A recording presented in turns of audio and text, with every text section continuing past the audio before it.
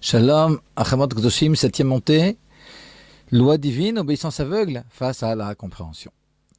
Vers la fin de notre sidra, la Torah prescrit « Soyez saints, car je suis saint, moi Dieu, et vous ai séparé des peuples pour que vous soyez à moi. » Rashi apprend des mots « Je vous ai séparé des peuples pour que vous soyez à moi », que la raison pour laquelle on veut impliquer les mitzvot, c'est vraiment pour être à Dieu et pas pour une autre raison.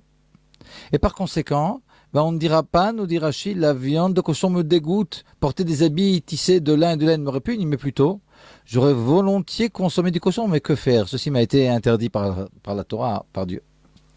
Le Rambam lui aussi rapporte ces propos qui sont en réalité les propos de Rabbi Elazar ben Azaria à la base.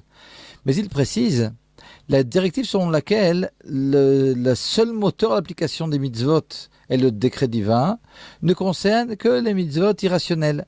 Évidemment, lorsqu'il s'agira des mishpatim, ne pas voler, ne pas tuer, alors en aucun cas on ne pourra dire ou vivre selon un esprit et j'aurais bien voulu voler, j'aurais volontiers tué mon ami, mais que faire, la Torah me l'interdit.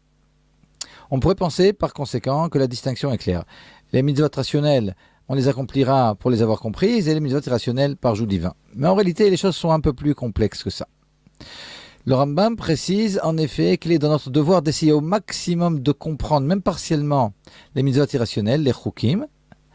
Inversement, nos sages apprennent des mots chukat Torah. Ce sont les principes irrationnels de la Torah. Ces mots-là précèdent les lois relatives à la vache rousse, et au lieu de nous dire qu'il s'agit des principes irrationnels de la vache rousse, nous dit la Torah, les principes irrationnels de la Torah, et on apprend de là, finalement, qu'à la source, toute la Torah est complètement irrationnelle, y compris les mitzvot qui, a priori, sont rationnels. Et ce qu'on apprend, c'est qu'en réalité, même les mitzvot rationnels et même les mitzvot que l'on comprend aisément, que l'on aurait appliqués de nous-mêmes, en réalité, la raison pour laquelle on doit les faire, c'est vraiment par abnégation uniquement, par joug divin. Par conséquent, si on résume, quels que soient les mitzvot, que ce soit des mitzvot rationnels ou irrationnels, alors d'un côté, on essaiera de les comprendre au maximum selon les capacités intellectuelles que l'on a et puis l'investissement que l'on pourra avoir dans cette étude.